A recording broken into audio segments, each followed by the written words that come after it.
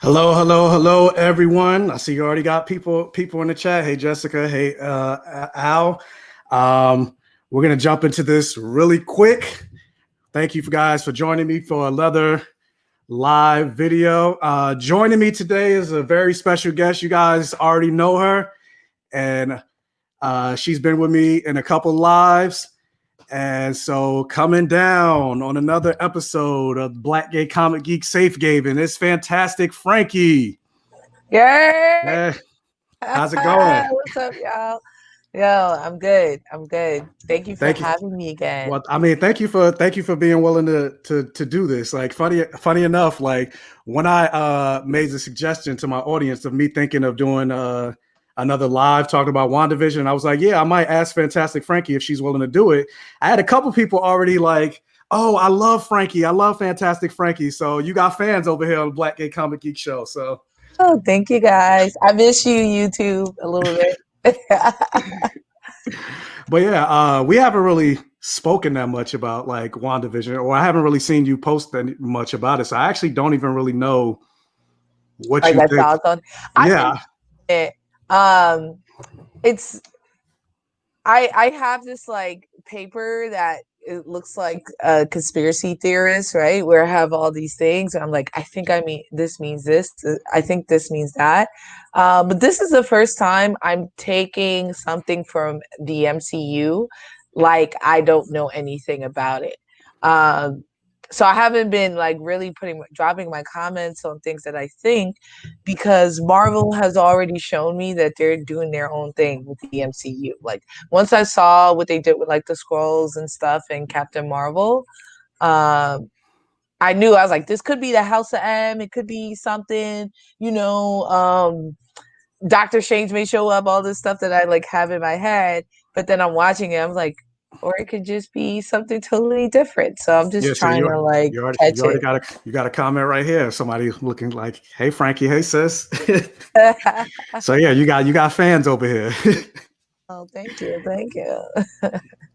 But yeah, so just so really quick before we get into the third episode, what'd you think of the first two episodes specifically? And we're talking full spoilers here, guys. So yeah, we're going in. I actually really enjoyed the first two episodes, but I used to watch I Love Lucy a lot. I Mm-hmm. think Elizabeth Olsen is like killing the game with like that like slapstick comedy and just like the golden age of television. She's doing really well. And I enjoyed it. I enjoyed that like even though it played like an episode of I Love Lucy, there were moments that were like really eerie. Um and like one thing I always loved about Scarlet Witch as a character, which I feel like hasn't been shown in the MCU, is like her whole existence is strange. Everything that happens to her is always strange. And Mm-hmm. then like she's a weird girl. Like Yeah. I'm glad they're finally showing that. Like she's weird and weird things always happen to her. So like maybe that's why I'm so excited to like see like what's the mystery here. Yeah, I am too. So I'm gonna ask you this because I saw a lot of people complaining about specifically the first two episodes, saying that they thought it was really slow and they didn't think nothing happened in those first two episodes. And so, yeah, that's exactly like I've been seeing it on Facebook. I've been seeing it on Twitter. Like people saying, "Oh yeah, it was boring. Nothing happened. Like the only thing that's keeping me invested is the fact that it's the MCU." But I'm just like, what did you guys watch? Like there was a lot of stuff that happened in the first two episodes. Like, Childish. and part of me is thinking like maybe it's because like you mentioned like you were a fan of I Love Lucy, and I mentioned this before too. Like I'm a big fan of those. Like I used to watch those Nick and Night shows a lot. Like I've seen every episode of I Love Lucy. I've seen pretty much most episodes is Bewitched, almost all episodes of I Dream of Jeannie, like Mary Tyler Moore. Like I watched all of those shows, and so this is like feeding into that nostalgia for me because like outside of the mystery element, I find myself really intrigued of the sitcom element as well. Yes.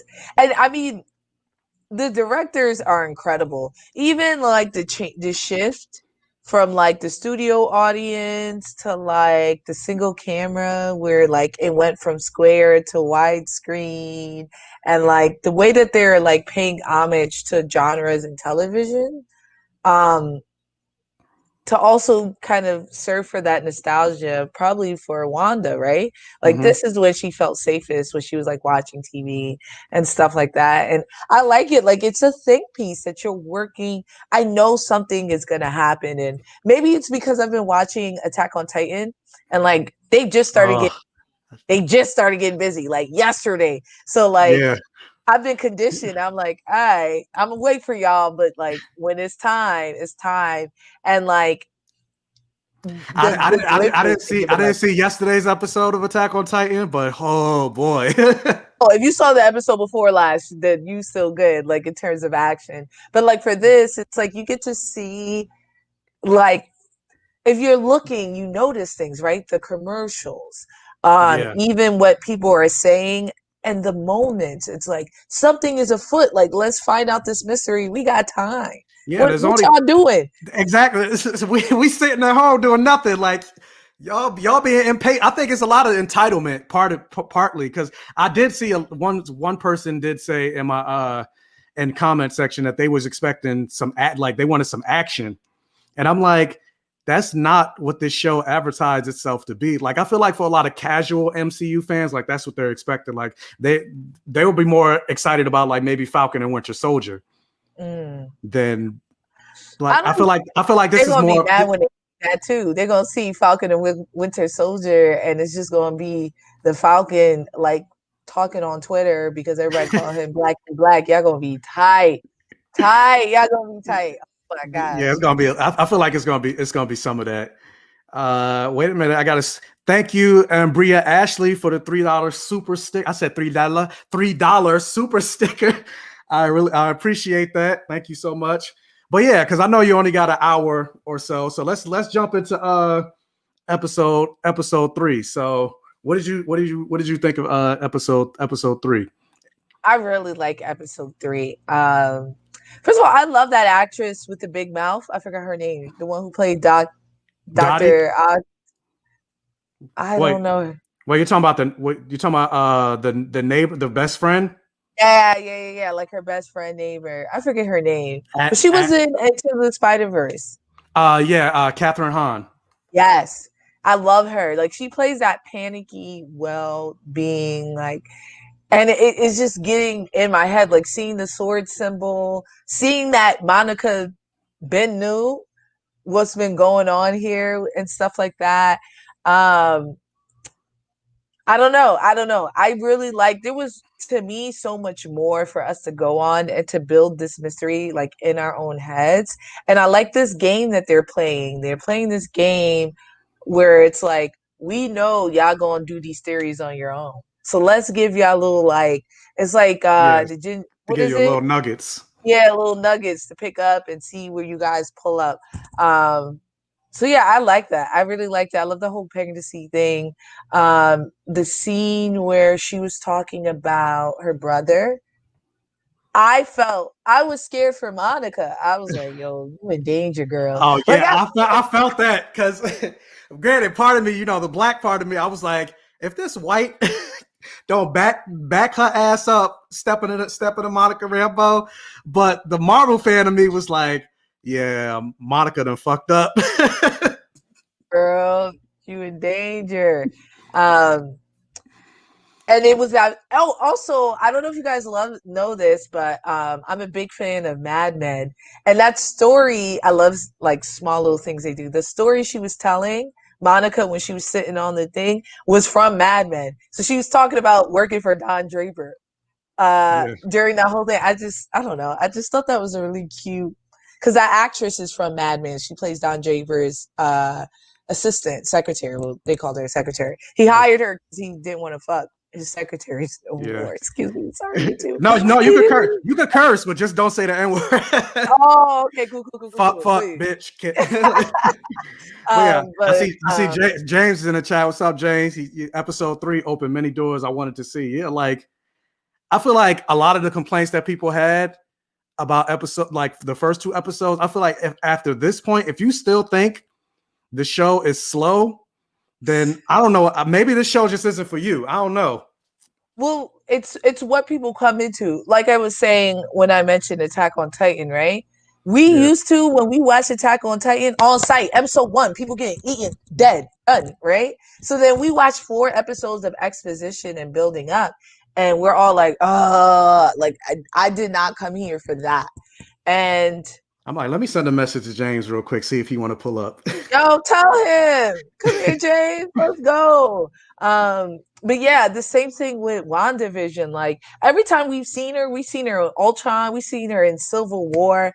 Every time we see her, it's on site. I never seen her just pull up and talk. Matter of fact, I don't remember like anything from her personality. If I'm being honest, you know what I mean?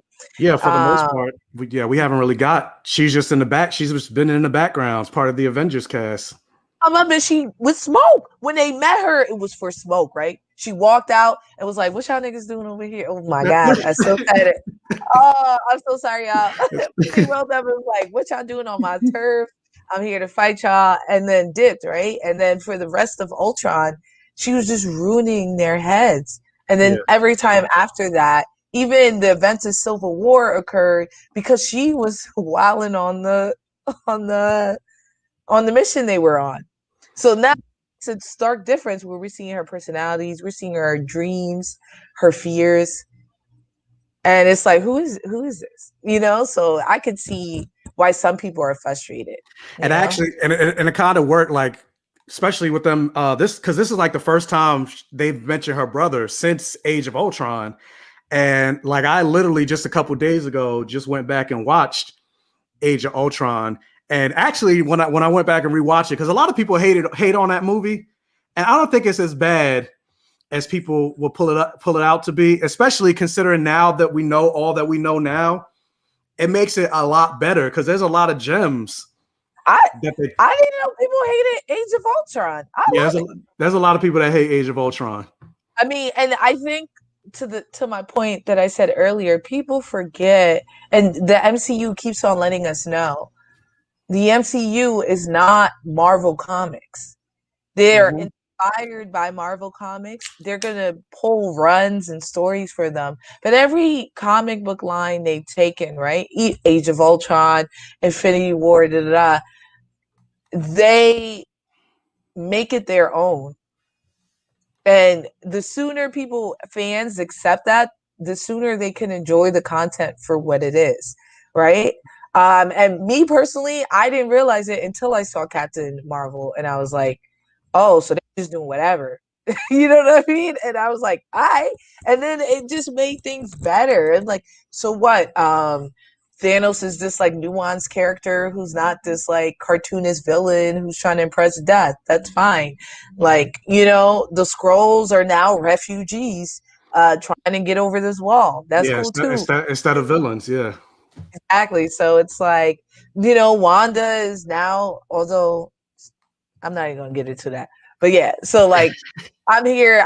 When you look at it that way, I think you can enjoy the content way more. James, I don't know if you're still here, but check your DMs. Go to Instagram. But the thing I think the character I like a lot, and just in terms of her acting and stuff, and you already mentioned her, but Elizabeth Hahn, because I think out of all of them, granted, I think they all do, but I think out of all of them, she's the one that like flawlessly goes back and forth between like the sitcom-y element and then the like real life aspect of it, of not knowing what's going on, or like being almost kind of frightened and really aware. And that's the thing I didn't know. Like I thought after this episode, it like really solidifies the fact that they know what's going on. It's almost very Truman Show like in that aspect. That's what I'm trying to figure out.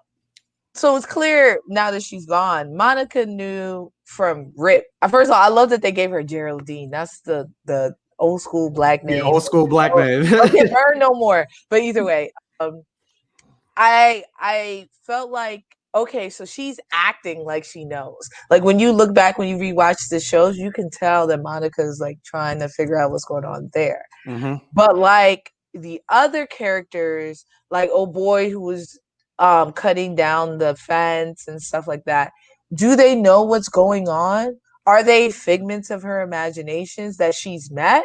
Are they trapped there? Like that's what I'm talking. How can you not be excited trying to figure that stuff out? And that's the thing. Part of me, because yeah, I go back and forth of whether whether she created everybody in this whole world or if everybody's trapped. Because like when the guy was cutting the hedges and he started cutting into the wood, or not the wood, but the cinder block, it almost kind of seemed like he was glitching. Yes, exactly. But then Exactly. at the same time, when you jump to like the conversation that he was having with the neighbor, the girl, Catherine Hahn, it kind of seems like they're trapped in this world. Right. And maybe there's more than even what we've seen, because the way that she was like shushing him, it could be that they are trapped. They know they're trapped, and they know if they break character that there's repercussions. That's Yeah, why she was like, Wanda gonna go after. yeah, she was like, don't even do it. It's not even worth it. She just gonna reset my man's anyway. Please, like leave him alone. Because I mean, every time it happens with Vision, or even jumping back to the second episode with that guy, which I don't even know what that is, so I'm gonna ask if you have a theory about that. When that guy came out from the sewer and like the beekeeper outfit or whatever, and she just said no and rewound time, and I'm just like, what the like? Obviously, but I'm based on her reaction, she had to know who that was. I think it's something tied to her past, perhaps. And maybe she knew like oh boy is gonna like, she knew it was not part of the reality. So that's the thing, I feel like Wanda she knows what she's doing and she's controlling it, and when she's losing control she has to quickly like course correct. Or he worked for Sword because she knew what that symbol was. Yeah. She saw, she what is remember that? because the helicopter that landed in her the one that was in color that Yeah. landed in her yard, it had the sword symbol on it. Ah, I didn't even see that. But yeah, all things Malik said, I feel like Wanda has more knowledge than Vision about what's going on. Vision knows, but I don't think he remembers dying. And I think I definitely think Wanda knows pretty much everything that's happening. But but then at the same time, like, because my theory is, I don't think she necessarily created this world, but I definitely think she's manipulating it. Because if you remember episode 2, it goes into the radio. You hear somebody asking, like, Wanda, who's doing this to you? So I'm like, is she actually doing this, or is she just manipulating it? Because there's also a lot of theories about Mephisto going to show up in this show. Right, I don't. So I don't know. Well, this is why I don't think they're going to introduce that many more people. Like logistically, the amount of people MCU got on the docket for this year, I don't know. I think it's her, and I think Doctor Strange is going to roll up like, yo, what's going on here? And then like helps her fix it, and then maybe that's where the multiverse madness comes in, because they've already confirmed she's in it. Yeah, and they said this show connects to that. So I don't know, because she's breaking reality, that causes reality across the multiverse to mess up, and now she has to be forced to fix it. Almost kind of not necessarily House of Emmy and getting rid of mutants, but maybe she, instead of disempowering mutants, maybe she almost destroys the multiverse.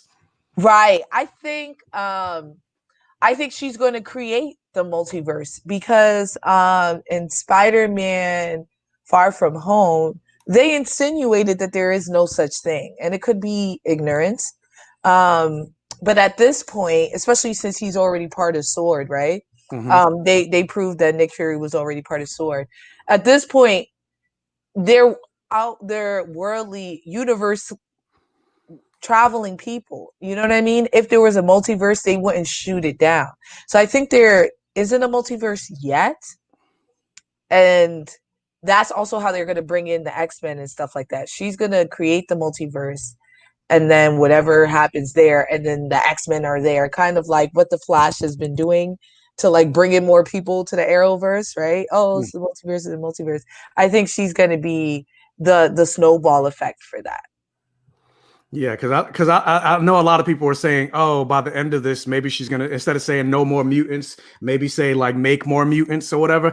I don't necessarily think so because they haven't announced anything X-Men related yet. So There's I no feel such like, thing as mutants yet. yeah, there's no such thing as mutants yet. So I feel like if anything, I honestly I don't even know how they're gonna introduce mutants in this world, but I don't think mutants are gonna come by the end of this series. Wolverine's in Deadpool. Deadpool already here. Yeah, hold on. Super chat from Jessica says, "Does Vision even remember being an Avenger?" I don't think so because when they were asking about their past, they don't First of all, like. I think Vision dead, y'all. Yeah, no. He's gone. My theory is Vision's still dead, and she created him out of nowhere. Right, Like, because they were saying he could be alive, and that Shuri uploaded his consciousness. I mean, that could, but I don't think so. I think, and that's and go into what the end of the episode 3 when they were trying not to tell Vision anything.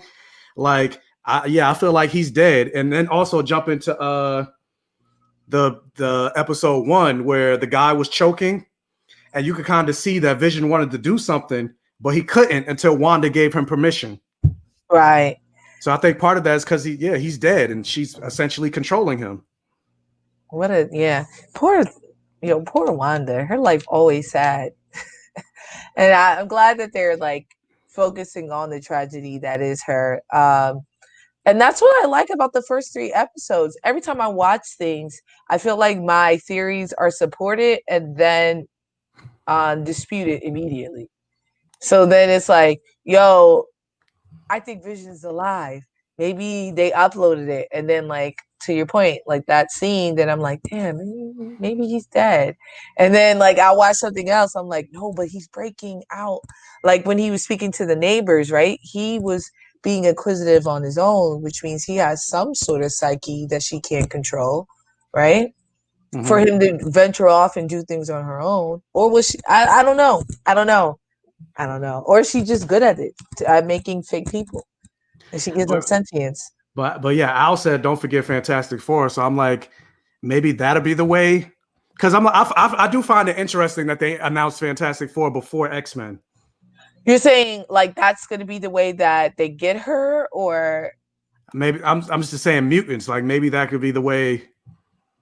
I don't know. So the thing about Fantastic Four, they're not mutants though. No, they're not. No, they're not. But they do explore a lot of them, like the multiverse. And so, yeah, but they do I don't know a lot too. They're like the Guardian. They're like a cooler version of the Guardians of the Galaxy, right? So yeah, like, pretty much. I think they just want to bring in Doom because people, man, old boy from Nip Tuck.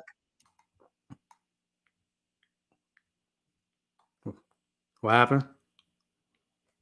Oh, we're having technical difficulties, but yeah. So let me go through these comments real quick as Frankie fixes her thing. But Kevin Key says it seems like she's controlling the environment, but during the birth, her powers were on the fritz, so she couldn't keep control on everyone. I think. Yeah, I go on to what the theory that I said. I don't think she necessarily created this world. Like, because a lot of people think that she maybe made a devil's bargain with, because in the Marvel comics world, for those of you that may be unfamiliar, maybe you just watch the Marvel movies. Marvel's version of the devil is this character named Mephisto, and she just said her computer died. Be back on in a second. Okay. But yeah, Marvel's version of the devil is a character named Mephisto. And so I honestly think that maybe she made a deal with Mephisto. And so he created this world, and he's the one that brought Vision back to life. And now she's here manipulating it. Okay, she's back. All right, so let me bring her back in.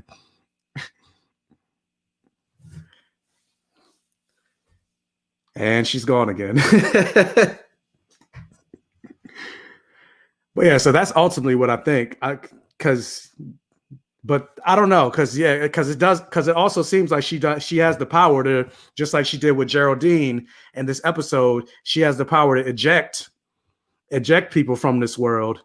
So, but I don't know if she necessarily created it, because you jump back to the second episode, they're asking like, Wanda, who's doing this to you? So I don't know if maybe they're trying to figure everything out. Like, they don't know if she did this to her, if she did this, or did she actually do this to herself? Because it does seem like she kind of doesn't know what's going on, but then she does. So like, even when the guy, you think of the first episode when the guy was choking on the the chocolate eclair or whatever it was he was choking on, she was kind of like staring, not knowing what was happening. So then she kind of like snapped back into it, and then that's what she told Vision to help him. So I don't really know.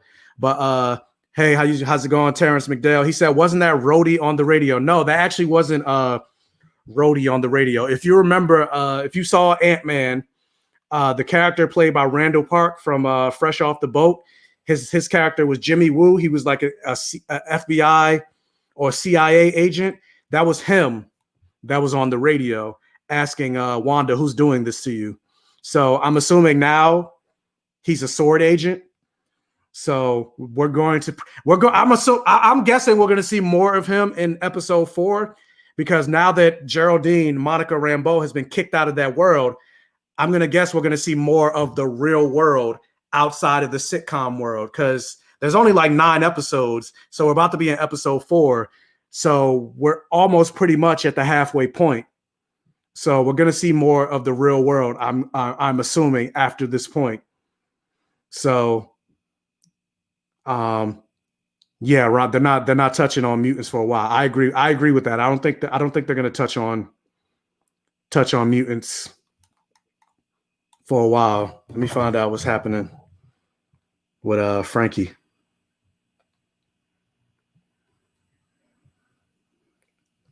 That's what happens. That's what happens when you go live. Technical difficulties. Oh, I think she's coming back. Yeah, there she is. Hopefully, the second time's the charm. Yeah, well, that's fine. That's what happens when you go live. I'm sorry, everybody. Dang, I don't even know where you were, but I was talking about Victor Doom and yeah, you were talking about Victor. I was just answering the chat. Oh, lit. Yeah, y'all. I think they're introducing Fantastic Four, because with Thanos no longer being a threat, I think Victor Doom is a good replacement. Cause y'all, Victor is cold. I agree. He's cold. Y'all and the thing about Doom, like, he's mostly associated with the Fantastic Four, but everybody got beef for him. Everybody got beef with Victor. He's the epitome of it. He's like Giuliani. Yeah. Like, he's rich and like, well, got a good job and just uses like his impact and influence to like just destroy the world. And yeah, I'm really interested where they're doing, but I don't think. Yeah, don't nobody like Giuliani. You don't even have to be in New York. Right, to know that. But yeah, in terms of like them introducing them, unlike the X-Men, they're created. So like they can come anytime during the it's just they went on a trip and some things got bad. It's really interesting to me to see where that's going. But yeah, Ronald Simmons said Kang before Doom. Kang begat Doom. And I think that, I mean, yeah, now considering that they did announce Jonathan Majors is going to be Kang the Conqueror, and Kang the Conqueror is related to Reed Richards, I think that'll be an easy way for that to, to segue in, especially if maybe because I'm hoping that they have the Fantastic Four take place in the 60s, and maybe Reed Richards knows Hank Pym, and then somehow they get like trapped in the quantum world or whatever. So you think they'll do like a period piece over doing like something modern and having them just pull up now? Yeah, so maybe like to have the first movie take place in the 60s, and then like by the end, or maybe half of the first movie takes place in the 60s, they get trapped in the quantum world, and then they come out in today's world, and then that can explain where they've been all this time. That's true. I would rock with that. But then why wouldn't Hank, and this is just me poking holes, why wouldn't Hank mention that? Or what's her name? That Michelle Pfeiffer, why she ain't saying nothing? Well, we didn't really see her that long, and she was trapped. Maybe, and the quantum world was so big, baby. They were kind of like New York. You know, they got different boroughs. Maybe in her quantum world, she was in Queens and the Fantastic Four, and like the New York Yo, City. and then they opened it during Endgame. That Yeah, may work. they And you're opened it. like, yo, we saw you whiz past, and we were like, this is our chance to get out. When they saw like Tony and Captain America come back, that could work. That could Yeah, work. it But could. then what about the mute? What are we gonna do about these mute? I'm really interested. That's the thing I'm really wondering. Like, how are they gonna? And then also, like, I'm hoping that, especially when mutants coming, that and they did mention Pietro. I'm hoping that he comes back. Who? Pietro. Oh, Pietro. You know, he wasn't that great of a Quicksilver for me. But I mean, we ain't have him that long, so he ain't have time to grow like all these other actors. They had time to grow and get comfortable in these roles.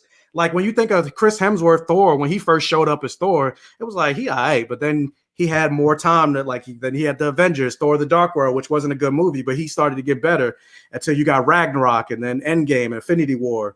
So it's like That's fair. he didn't really have time to grow in the role.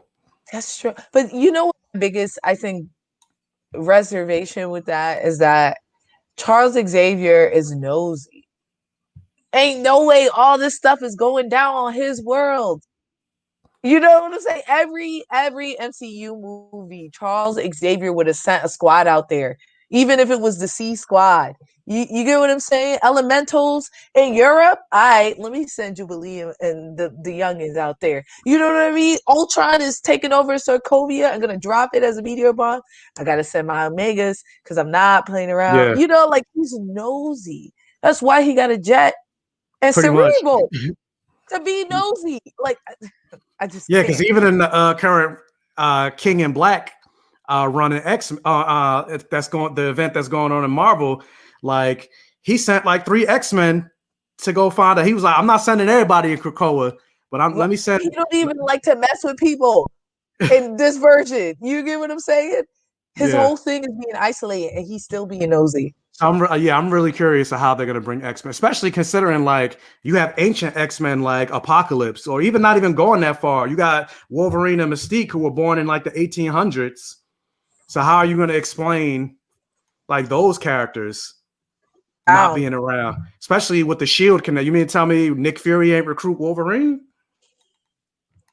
I don't think they would get along, but I definitely see him recruiting the X-Men, somebody. I don't know, but that's the beauty about the MCU. It's its own thing, you know? Yes. So what did you think about, like, did you like the 70s, like the aspect of, because I know some people like. Oh, I've never been a huge fan of the 70s aesthetic. Did you watch Brady Bunch?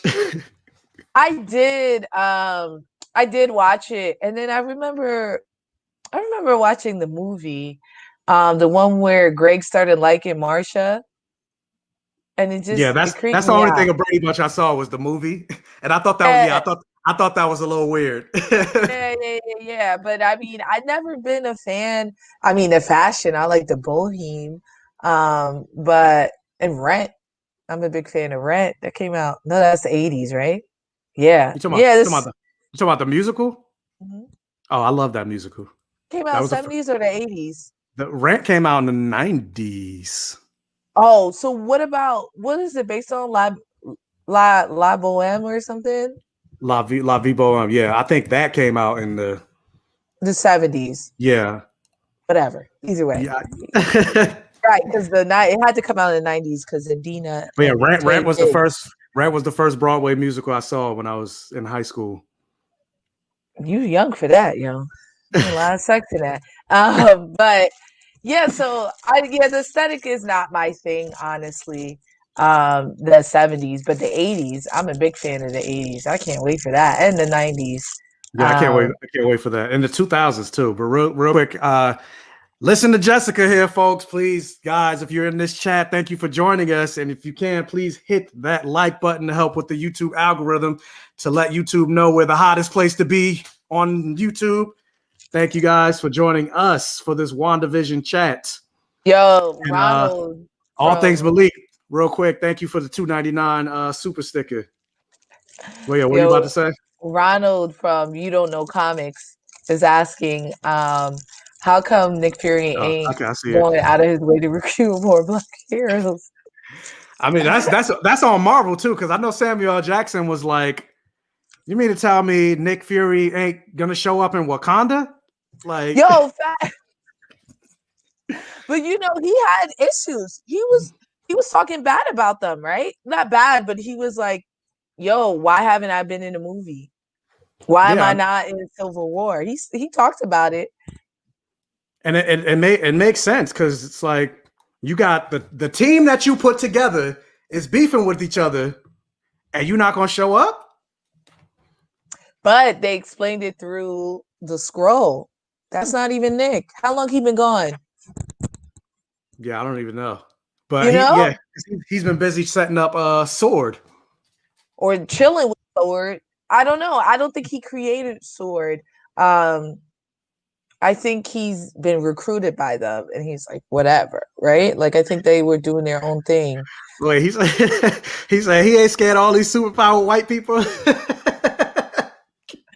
I'd be a little shook, man. Like, yeah, I'd be scared, especially that is kind of facts though. But that's kind of goes into another point that I kind of made before, where I was like, that's one of the issues I have when they come to like race bending characters. Like they do it, and I'm good. I'm good if they do it, and I appreciate if they do it because you know it's representation. You take whatever representation you can get, but at the same time they do it, but then they don't really necessarily add any of the culturalisms or any like historical aspect elements of it. Because like you got this man that's a black man on top of that, that's like the highest ranking government of, because Shield is like higher than like the FBI and CIA and all that stuff within Marvel. So you got this black man as the leader. Like, how did that happen? Like, what's the pushback on that? Like, it seems like everybody's okay with it. I don't know. I think, and this is stuff I've seen from being around people in the army and stuff like that. Like, it's by rank. You rank. There's no, they not talking bad about you. You know what I mean? There's a deference there that's built into it. Now, if we watch the rise of Nick Fury and we didn't see that adversity, then I'd have something to say, but he's already there. You know what I mean? And sometimes I feel like it's a relief when I'm watching characters who've been race bent and race isn't a topic that comes up, because like sometimes I'm tired. Yeah, like that is true. That is true. All the time we go, can't we just be a director? Like, can't I just be a Valkyrie? You know? And I didn't realize how tired I was until I watched that episode of Lovecraft Country with Hippolyta, where she was just different people. Yeah. And it was just about that. Or just watching them having like an Indiana Jones episode devoid of racism, right? That episode where they were doing that, racism wasn't discussed once. And sometimes I feel like we need that to, especially for people outside of our community, to see that like we exist beyond slavery, we exist beyond us fighting for our civil rights. This whole time I could have got a Black Gladiator movie, like listen. Yeah, Ronald also said Nick Fury been hot in Blue Marvel this whole time. You think they're gonna introduce Blue Marvel? Honestly, I don't even think so. I don't think so. Have y'all seen the part of me is like, I'm like, he's gonna overshadow Captain Marvel. They're not gonna have that. They're not gonna have that. Even going to Monica, do you think Monica has powers?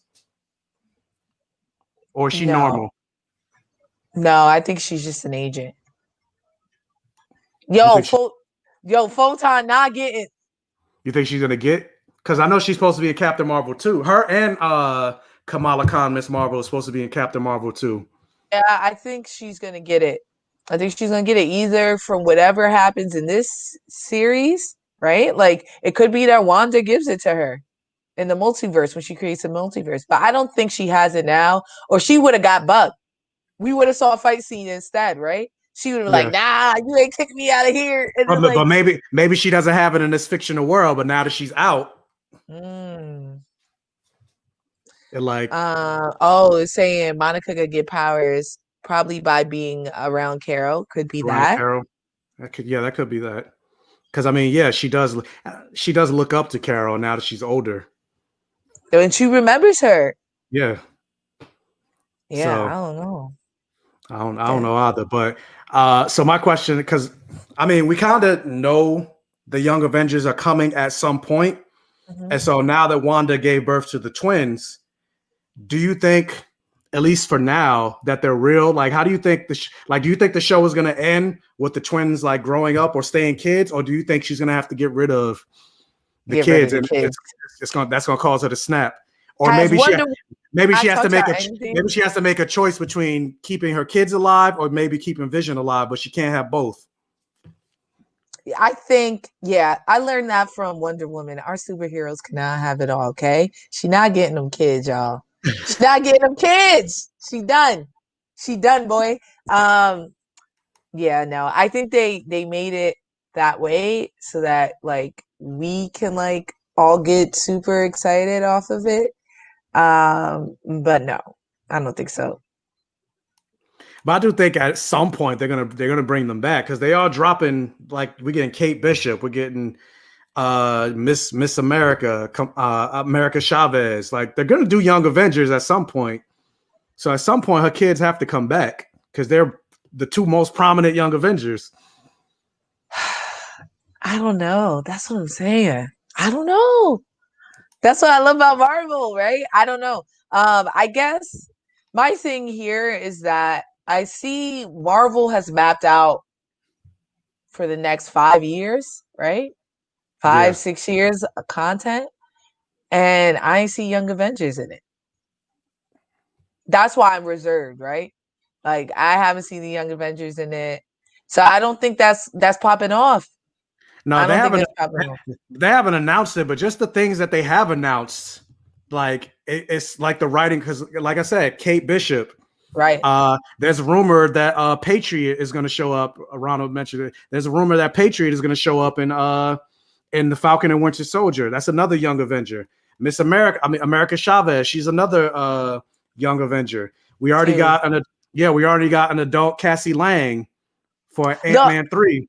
She's another Young Avenger. What y'all saying is making sense. I feel y'all.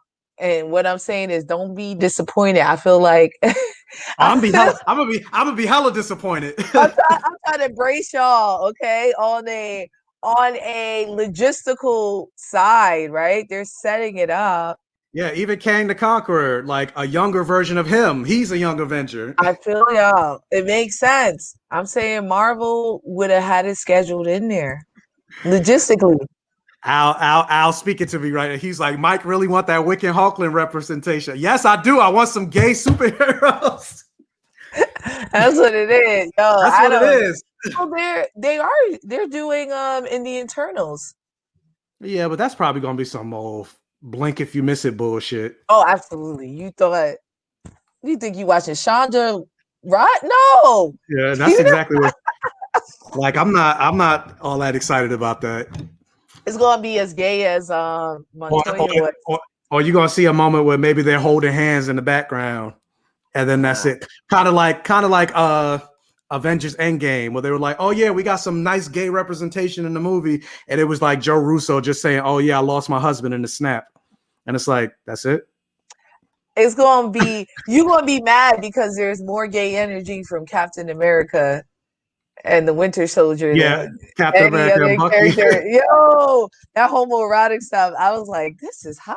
Is it just me? Like, why am I here? But like, they knew exactly what was happening because that's why they had that fucking forced ass kiss between him and Sharon Carter because they got tired of people saying, "Oh, Bucky and Steve, they should be, it's very homoerotic. They should be gay."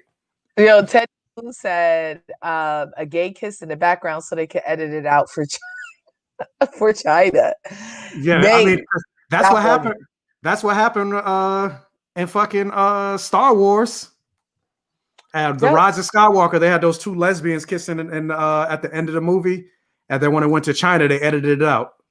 Yeah, y'all forget that they say no to these things, and like they're making movies for the world. They're trying to break that $1 billion mark every time they drop something, They hate to see it. But I don't know. I don't know, y'all. I don't think they're going to be the Young Avengers for at least 5 years. But all things Malik said, Evan Peters is going to be on the show. I think there's a 30% chance he will be playing this world's new Quicksilver. And when Wanda attempts to bring him back, she gets the Fox movies version instead. I wouldn't be mad. I liked his version way better. I mean, he had a good scene, but in terms of he had the better action scene. But in terms of like the acting, I like Aaron Taylor. What did Aaron Taylor do? Name some word besides getting Adidas. All right, or maybe I'm a little, but I think Aaron Taylor Johnson's cuter. That's really. There go the root of it. I was like, he said, I couldn't. Could you tell me one line he said? You didn't see that? You didn't see that coming? That's what he said.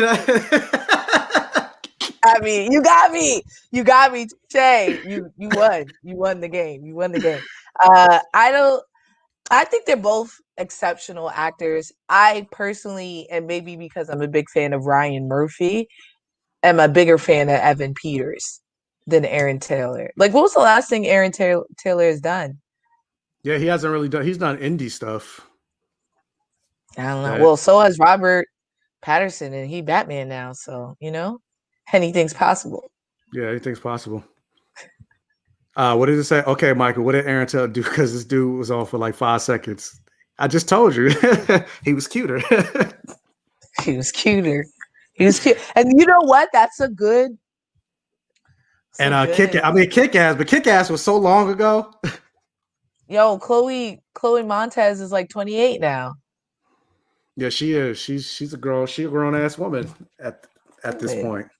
Dang. Evan Peters. I don't know. I didn't like it, but maybe to your point, every character has had time to grow. Most of them didn't come out the gate so fast. Like Captain America, the first movie I didn't like that much. I didn't like Thor that much when he started off. So you're right. Black Widow didn't even get a movie. Yeah, not yet, because they keep pushing it. They keep pushing it back.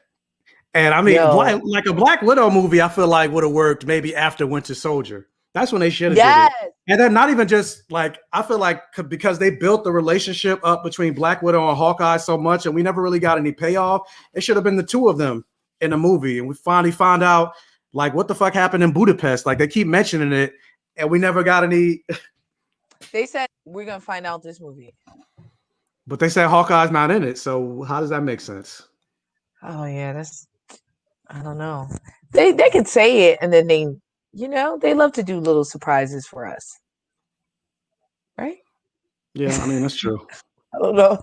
This is my hopes and dreams coming out, and it's weird. I wanted Black Widow. I always combat with myself because like Scarlett Johansson, I couldn't care less about, but like what Black Widow represents and the way she's been snuffed out of a movie for so long is important to me. You know what I mean? So it's like I wanted to do well. I want people to show that they're wrong, show Marvel that they're wrong, that they should be giving us more stuff. At the same time, I'm like, dang, I kind of don't want Scarlett Johansson to win. Do you think at this point, because of all the movies are still getting delayed because COVID cases are going up? Like, do you think at this point they should just drop it on Disney Plus, or do you think they should wait? Because I mean, yeah. Also, if they drop it on Disney Plus, it's not going to make. Because more than likely, if it came out in theaters, more than likely it's going to make $1 billion. Especially it's a Marvel movie. I want them to wait. It's important what they're doing right now. Like, I get why directors and everyone are so upset about what HBO is doing. I mean, it's great for us as the consumer, but then in terms of the industry, it's destroying it. And if Disney tags along and does the same thing, it's done. It's a done deal.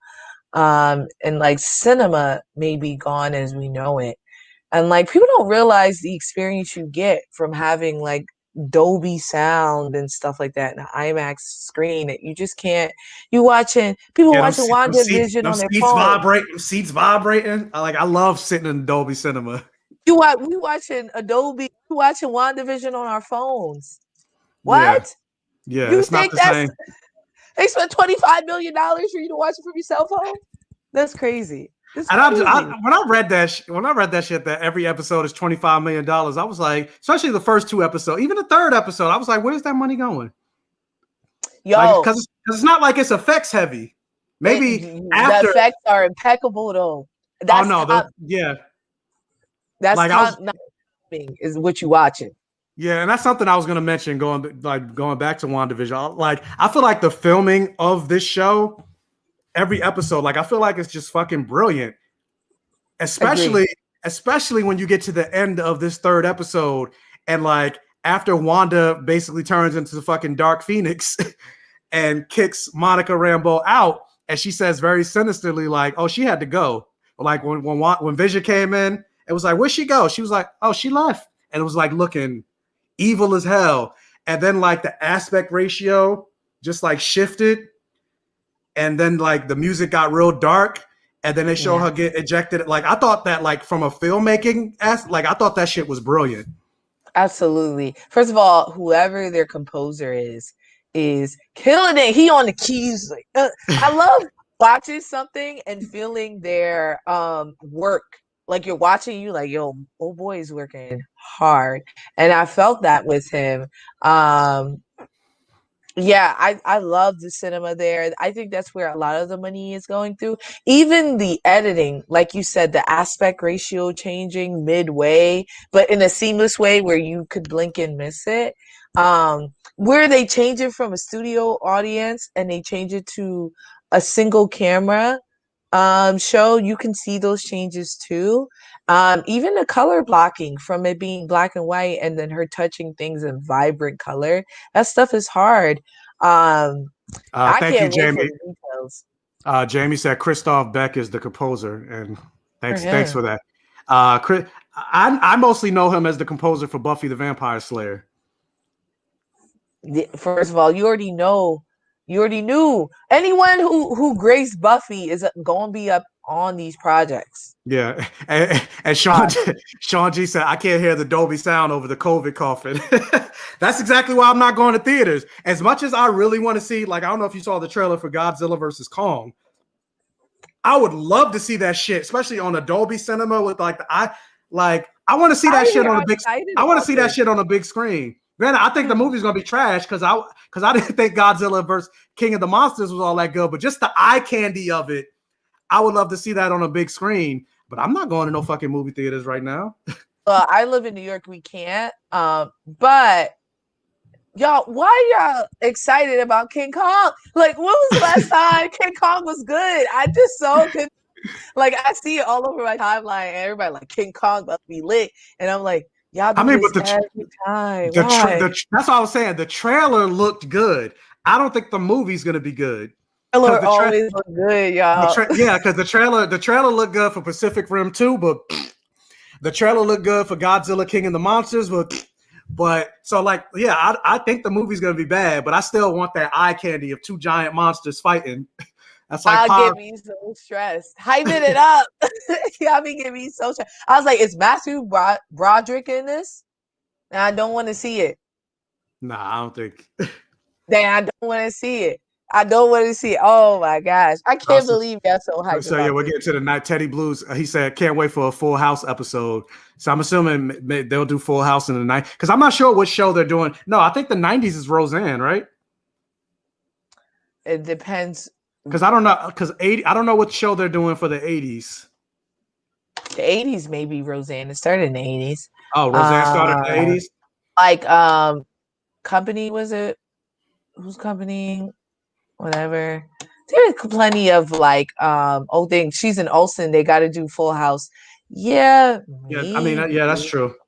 Yeah, baby. That would make sense because yeah, the first episode was Dick Van Dyke, the 50s. Second episode was Bewitched. This third episode was Brady Bunch. And I don't know what the rest of them are. The 80s, 90s. Then when they get to the 2000s, I know when they get to more recent times, like 2010s ish, they said it's supposed to be reality TV. That's gonna be incredible. That's gonna be funny. That's gonna be incredible. Jovan Hudson said the Fresh Prince. They're not doing the Fresh. They're not doing no black sitcoms because in the set they could have did Good Times or 227. Yeah, you know what? It's gonna be anything with a family. Yeah, especially now that she has Oh, the kids. yeah, I think it may be Full House, and to kind of play off the Olsen twins playing one. Okay, Maybe see, they'll always Jamie, jokes. Jamie got all the news. She said the 80s is Family Ties. I don't know what the fuck that is. I never heard of that. 90s is Malcolm in the Middle. And the 2000s is Modern Family. Family Ties? Yeah, I don't know what Family Ties is. I never heard of that. Oh, this is confirmed. Yeah, she said this is confirmed. Oh, Yeah, I didn't see that. yo, Geraldine was living it. I don't know. Yeah, this is what I'm talking about. All of the thoughts that we have in here. I mean, except for he's saying what it's based on. That's confirmed. But everything that we're pushing, that's what I love. That's what I love about this show. We all just guessing. We got and so many theories, but yeah, talking about Geraldine was living in good times. That's why she ain't had no house.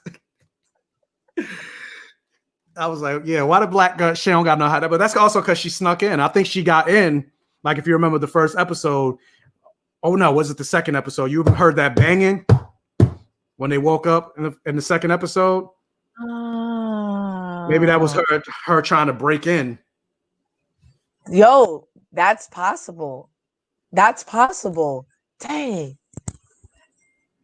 What would be the other turn? Because that's the episode she came in. She came in episode 2. Yeah, because that was that. Yeah, that was the episode she came in.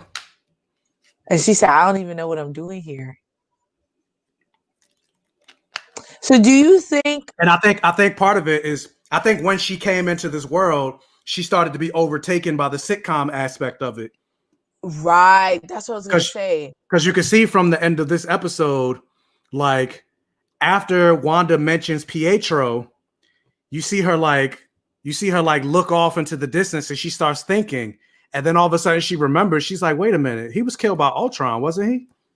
Right. I rewatched that scene because I wasn't quite sure if she was contemplating her answer because she's like, this is an unstable woman who can like obliterate me in her reality.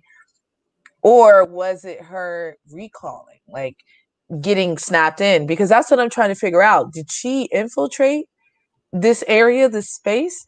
Or was she like sucked into it and was trying to find her place, and to your point, like then was sparked to remember what was going on beforehand? Yeah, I think she was remembering. Like I don't think she was like trying to placate Wanda because Wanda was starting to get on her white woman shit. But no, I think it was like her starting to get back into the real world. And then once Wanda like confronted her, she was like going back and forth between the sitcom and her real identity. I see what you're saying. Yeah. I don't know. I feel like I've been saying that. This is the first time I watched something and I've been in the headspace of like, I don't know what's going on. Let's just take this ride. Oh, yeah, she came with the top. Well, yeah, I think she came in the copter. That Monica. In that red copter?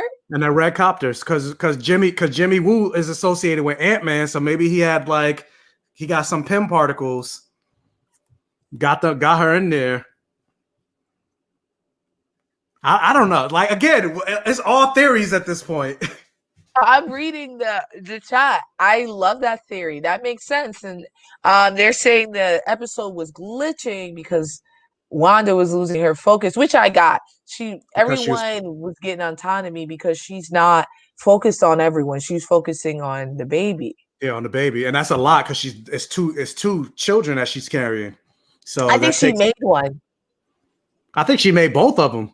Oh well, duh, right? But like, I think it was one baby. And then because when the doctor searched, right, they could tell, like even back then, they could tell if you were having twins, right, from the heartbeats. When the doctor looked, he only said they had one. And I think when they started having questions about what to name him, she was like, forget it. I'm just going to do both. You know, like subconsciously, she's like, let's just not have this problem, you know?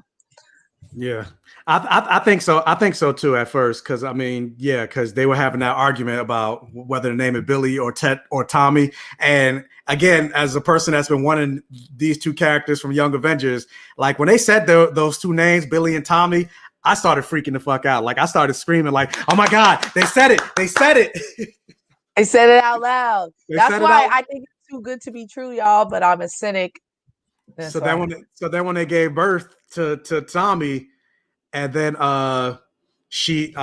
Vision held him and said Tommy, because remember he wanted to name him Billy, and she got all teary eyed and stuff with that. I think at that moment, yeah, that she kind of was like, I'm gonna just make another one. Right. He did this thing for me, right? That's a big thing. but part of me, because again, I keep going back and forth with theories, because a lot of people thinking that Mephisto was part of this show. If you remember from the second episode, there was a lot of eeriness where they were putting on this talent show for the children. They kept saying that over and over again, but there was no fucking children in the audience. So I don't know. There are no children anywhere. Yeah, there's no children. There's no children anywhere. So I don't know if maybe Mephisto is bringing Wanda here because to get her to create these kids. Maybe he wants the kids. Because that for the children thing, that's because Marvel doesn't do anything without a purpose. There's a purpose. There has to be a purpose for that. Yo, that makes sense. And also, you got to remember, you could look at it because of the times, but there was pressure on her to get pregnant all through episode 1 and 2. Yeah. Right? Where they kept on mentioning it. She's like, whoa, you don't have kids? When are you guys having kids? Yeah. Wow. But so what if Vision is fake? Jovasa, this show got people theorizing more than Inception and Tenet. That's true, though. Nobody understood Tenet. I haven't seen it yet. But I feel like Inception was pretty straightforward for the most part. Yeah, but the theory came at the end on whether or not. So then there were like these huge theories on whether or not he was in a dream or not at the end. So then people were mapping it back to other things and stuff. So there's a bunch of theories to prove if he was in a dream or if he wasn't at the end of the movie. But another question, Teddy said, "Where's Ralph?" That's a good question. Ralph is her husband. Remember, she keeps mentioning her husband, but we haven't seen him yet. The neighbor. I thought her husband was a black man, and I was like, go ahead. That's what I thought. Who do you think Ralph is? It could be Mephisto. I don't know. Is he on IMDb? Yeah. Did anyone spoil themselves and look? I didn't see that, but I don't want to know. I don't want to know. I don't want to see it. Dang. Wow. Well, the devil is in more than the details, right? What happened? What comment? Oh, yeah, Ralph. Where the devil's in the they did, and they did mention that too. They was talking about the devil, and then she said that's not the only place he is. And then somebody else mentioned that in the opening credits of this episode, Vision was reading a pregnancy book during the thing, and it looked like Mephisto was on the cover of the book. Yes. Yeah. First of all, and that's the thing about the show I love. It's that whole, like, you want to pause every scene to look at everything around them because you know it all means something. So you're like, what is this? What is this? Let me see. What does this mean? So like, yeah, and that's one of the things. Even though I'm excited and I like the fact that we're getting week to week because it gives you this time to like speculate and wonder what everything is. But at the same time, I'm like, I just want to binge it. I just want to get everything out there because all these theories. I'm like, I need to know what's happening. But I think it was smart on Marvel's part to not release it all in one episode, because think about something like Cobra Kai. Everybody loved Cobra Kai, but nobody's talking about it anymore because we already saw all the episodes. So it's like, all right, moving on next. And to be honest, I feel like when I binge things, I actually miss things more because I'm just watching it. Right? You're just watching it through. At times, I'm scrolling through my show because I've been scrolling through Instagram and stuff because I've been watching something for 8 hours. And with this, it sparks conversations like this when you realize and you really get to dissect the show. You may watch it again because you like enjoyed it so much that when the next episode comes, you know what happened. You like, yeah, I've been waiting for this. So like, I love to binge. Like, don't get me wrong, but there's definitely value in like what Disney Plus is doing with their shows, and I like it. I really do. And people be getting impatient. People get mad that they didn't release it all in one episode. I'm like, y'all. I was about to say that word, but I'm like, y'all getting spoiled as hell. Because like y'all acting like for the past like 20 plus or so years, we never had week to week television. Like Even last year. Netflix is really like the only one that will release stuff in a binge for the But most part. we watched as nerds. Y'all waited year for year for these Yeah. Avengers. That's a television show. We watched Because I'm like, it even the boys, we had to wait week to week. But You're something right. that we ain't mentioned, and it's something I'm actually curious about. Ronald was like, "What do y'all think about the Hydra commercial in this episode?" That's something I necessarily couldn't figure out the meaning. What was it? It was she was like taking care of kids, and it was like, "Oh, do you need some time to yourself or whatever?" And then she was in the tub with the Hydra soap, and it said, "Release your goddess energy" or some shit. Oh, so I think. Because I know what the first two episodes are supposed to represent, but I didn't know what this one I was a little confused about. I think that was the mind control soap they had, Hydra. They talked about it in Agents of S.H.I.E.L.D. There was like this soap they released to like help control your mind or something like that. Control people's minds through soap. Yeah. So I thought that was what that was. Okay. Yeah, I don't remember the first two. What season I want to hear was your theories on the first two. So the first one was the toaster, the Stark toaster. And when they started the toaster up, it sounded like when the Iron Man suit like revs up or whatever. And then everything is in black and white in that episode, but the blinking red light on the toaster. And it almost sounded like a bomb. And if you remember, because I recently just watched Age of Ultron, but if you remember the origin of Wanda and Pietro, they said that their parents died because like a rogue missile that said Stark on it crashed into their home. And then almost in a storm type of way, they were trapped under the rubble of the destruction of their house. And there was another missile in there, and they were just waiting for it to go off. But it never did, and they were trapped under there for like I think 2 weeks, waiting for that missile to go off. And what was the other one? And so I think that first one represented that missile, and then the other one was Baron von Strucker, the Hydra Watch. Yeah. And I think that's supposed to represent when she was her and her brother were being experimented on by. So this could be the mind control. Maybe either she knows she's being mind controlled by Hydra, or because she used to do mind control for Hydra, right? She was working for Hydra and Ultron. Yeah, she was working for Hydra and Ultron. Yeah. So season 1 of Agents of S.H.I.E.L.D., when Coulson's all messed up with Tahiti and stuff like that, he talks about the soap. He talks to Sky. Remember, she was Sky. Yeah, well, she was Sky. Okay, maybe that's why I don't remember, because I tried to block season 1 out of my head because that was the worst. Yo, season 1 was the worst, and then also the best, right? Like when that season 4 with Ghost Rider, that was the best one. Over the Inhumans. Yeah, we're not gonna turn that. But season 1 was really good. When they got to that framework and Fitz went evil. Oh, you're right. The framework was fire. Yeah, that shit. The Civil War Hydra takeover for the last part of the series, I thought was incredible. Right? Like I was like, who's in Hydra? Like because the Hydra season was good. But it wasn't better. It wasn't. Yeah, no, I'm saying, but it wasn't better than the framework. Wait a minute, hold on, Ronald. You're not gonna come in here. You're not gonna come on my YouTube channel. You're not gonna come on my YouTube channel slander Agents of S.H.I.E.L.D. They got 7 seasons out. They got 7 seasons out of all the superhero shows, the Arrowverse, all of those. Agents of S.H.I.E.L.D. was the best one and the most consistent. But it's because just the first like 8 episodes. Yeah, the first half of season 1 is why it got a lot of criticism, because it was trash. But then after that, I feel like it was like season 2 was better than season 1. Season 3 was better than season 2. Then you got to season 4. Like that's when that show really fly. But I like season 5 and 6. Yeah, the one when they're like Kree gladiators. Y'all gotta. Yeah, because once they introduced the Inhumans, it got that piece that everybody wanted of like powers and stuff like that. Yeah, crazy. People sleeping on Agents of S.H.I.E.L.D. I didn't see the last season because I was waiting for it to go on hit Netflix, and it hadn't hit yet. But I think it recently hit Netflix like a couple weeks ago. So I'm gonna go back and eventually watch that final season. Ron said it's not as good as Smallville. When you go back to Smallville and you see, I never watched Smallville, so I can't comment on that.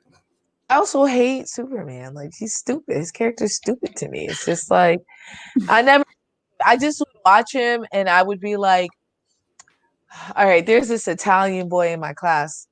He was like the biggest bully and the coolest guy, and his name was Christopher Maringeli. And I hope I don't get famous and then he sues me for this, but whatever. Uh he Superman, he looked like Superman, and that's how I would always like internalize that, right? Like Superman is Christopher Maringeli teasing us, okay? Teasing us all the time, like trying to pretend like Clark Kent as a persona was him calling us soft. You know what I mean? And I just felt like this agenda to like push out how superior white men were. That I just didn't like. His whole team was white. I didn't like it. I didn't like it. I only think about Small because I watched.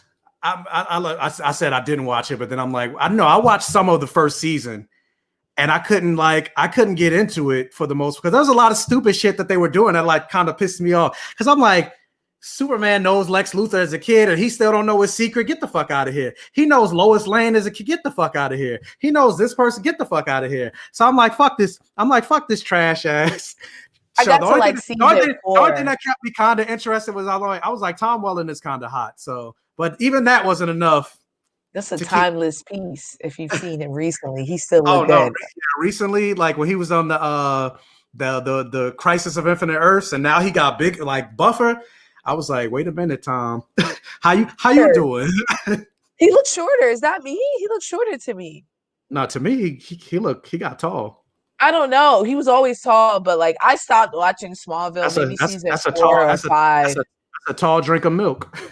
Yeah, but I was getting tight. I was like, I'm never gonna see this man with the fit over.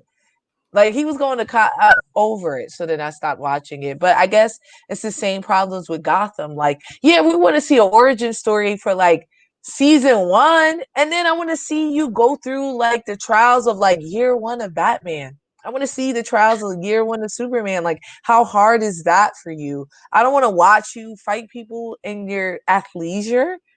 Well, funny enough, hold on, no, not this comment. Hold on, where'd it go? I just lost it. Where'd it go?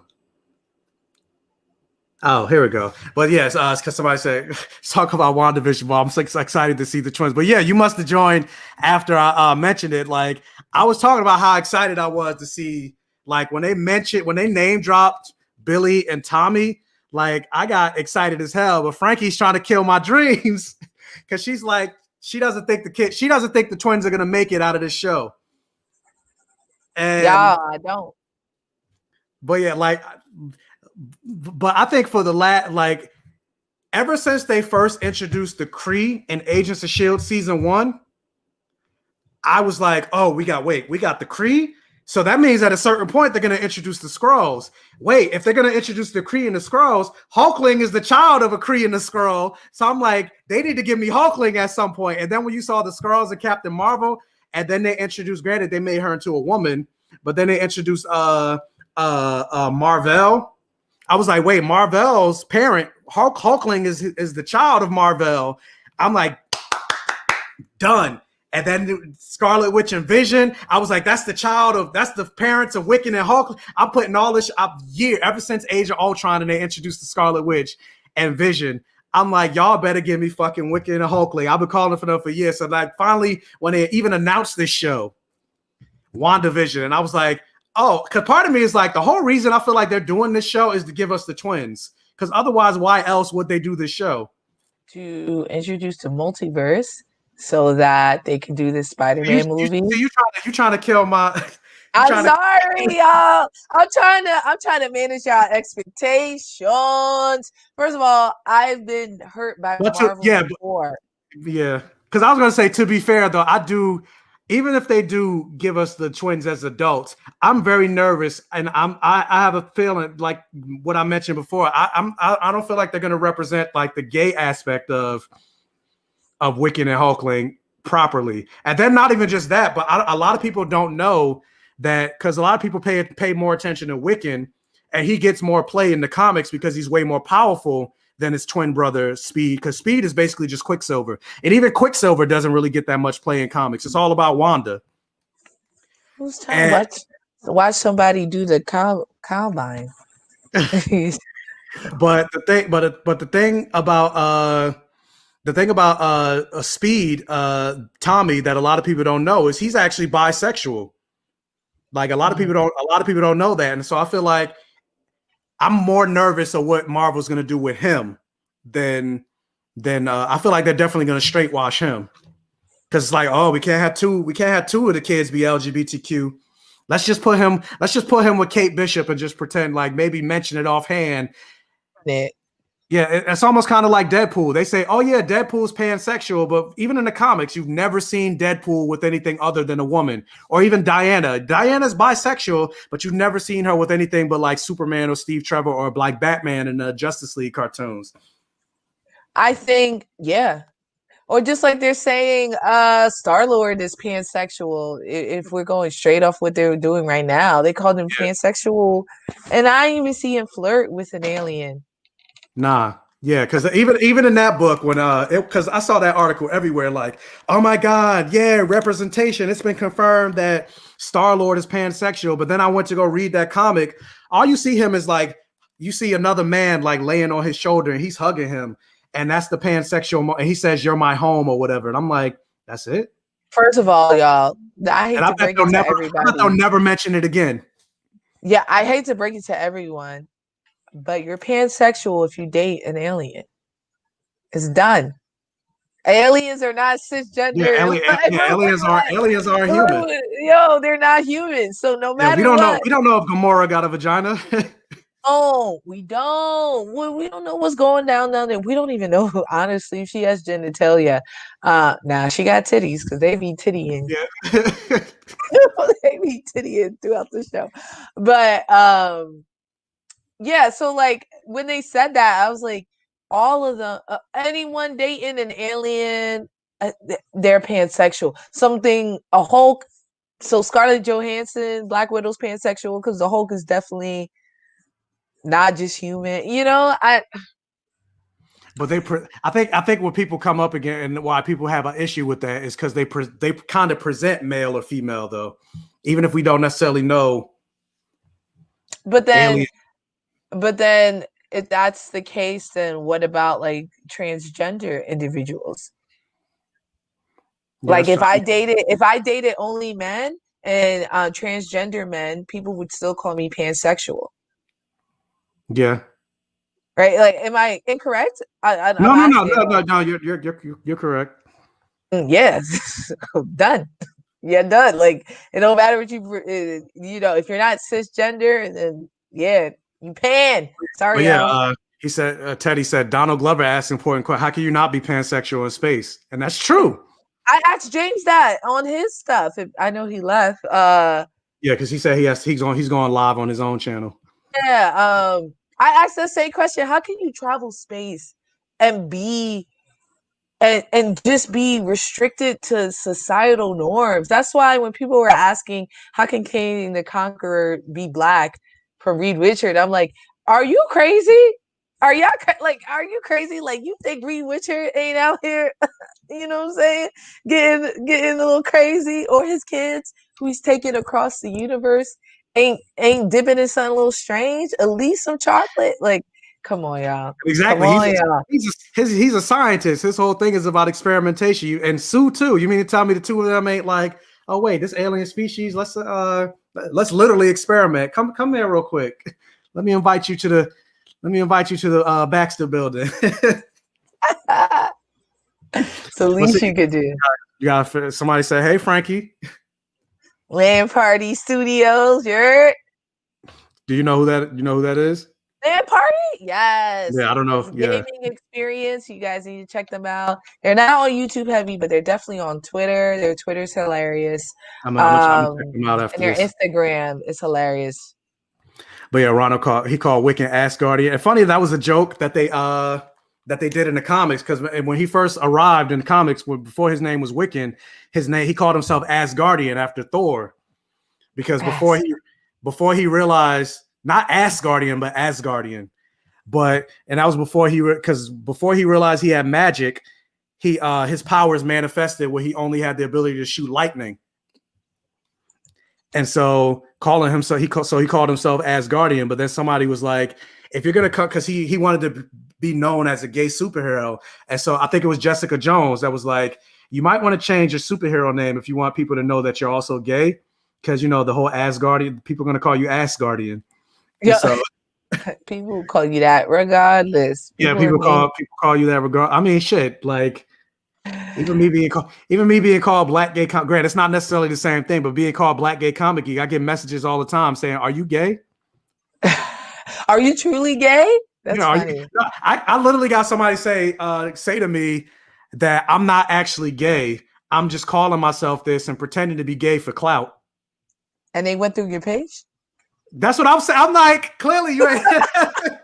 Would they watch it? I'm like, if you go to my Instagram, we could squash this right now. Like, that's so interesting. Yeah, I get that a lot. I get more. I've been getting the transgender thing a lot with me, which isn't an insult. I just get a lot of people who are like, "Yeah, Fantastic Frank," and I was like, I don't mind being called Frank. Or transgender. It's just not true.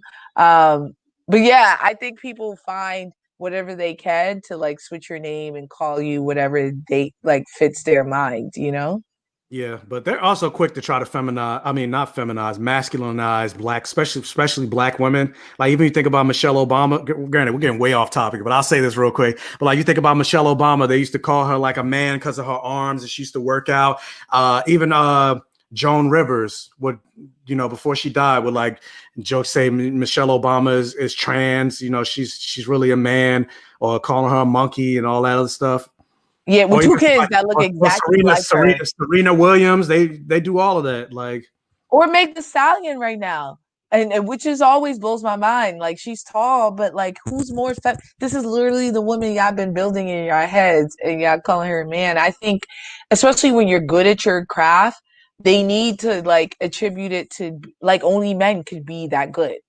You know what I mean? So it's like if they see a woman who's like excelling in her space, they're like, she gotta be a man. That's the only thing I can think of. You know what I mean?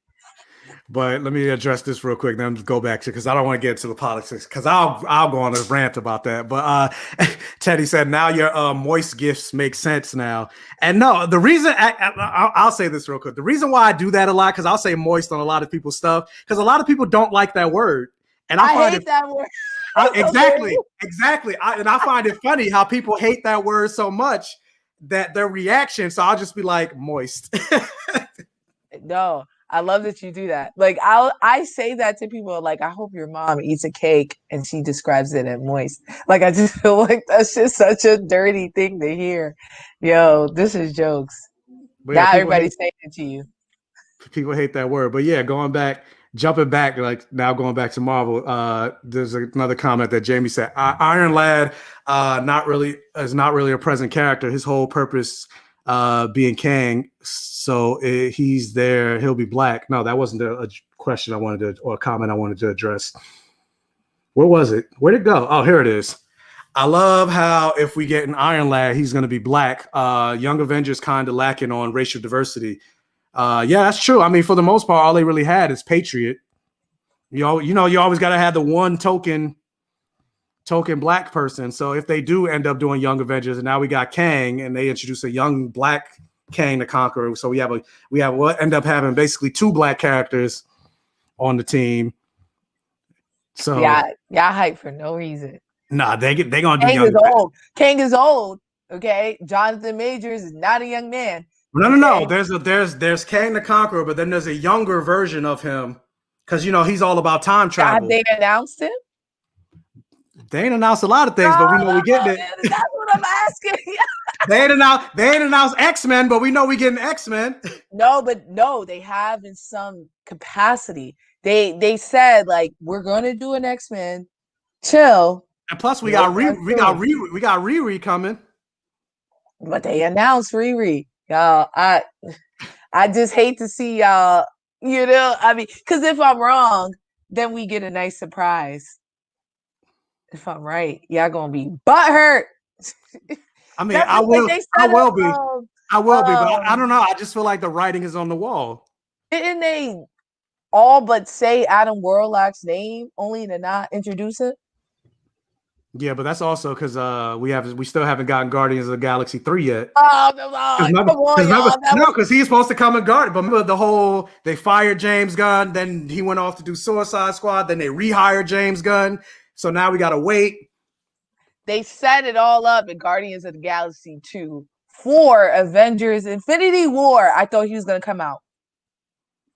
I thought it was gonna be Guardians 3. Yeah. Y'all get me tight. Y'all know.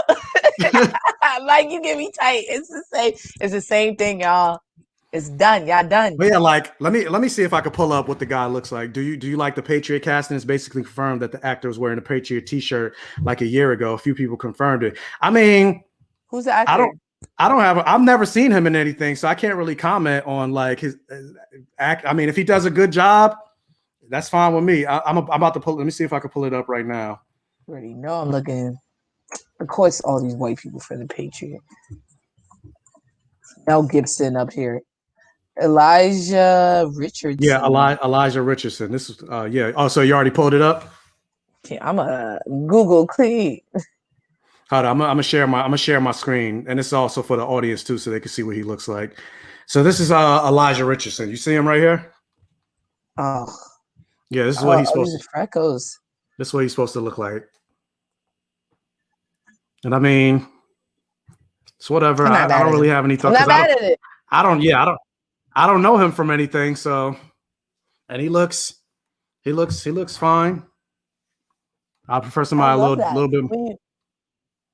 When you cast someone that no one knows, then you don't have to worry about it. You don't have to worry about the expectations.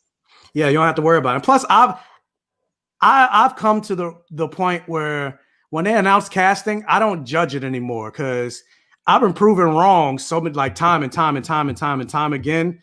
Like when they first announced freaking Chris Evans as Captain America, I mean, I'm like, you mean the guy from like Not Another Teen Movie? Like, what the fuck? Like, what is he? Like Captain America? Like, come on.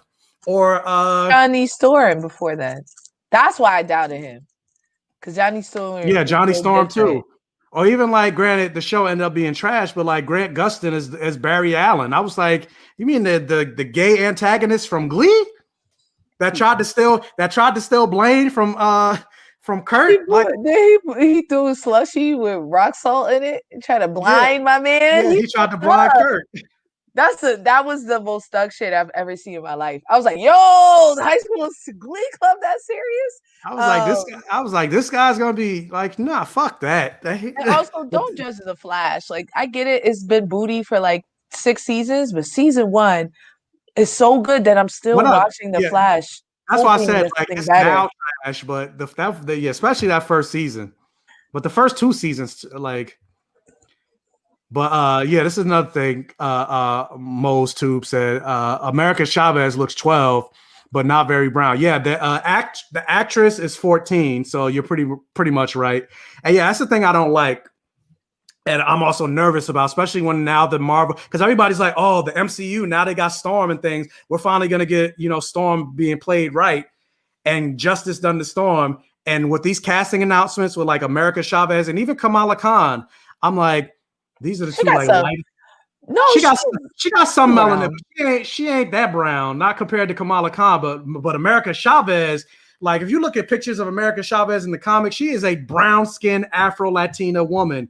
And they got like the lightest, and granted, I guess she's actually indigenous like America Chavez, like Latina, but they got like the lightest Latina little girl that they could find.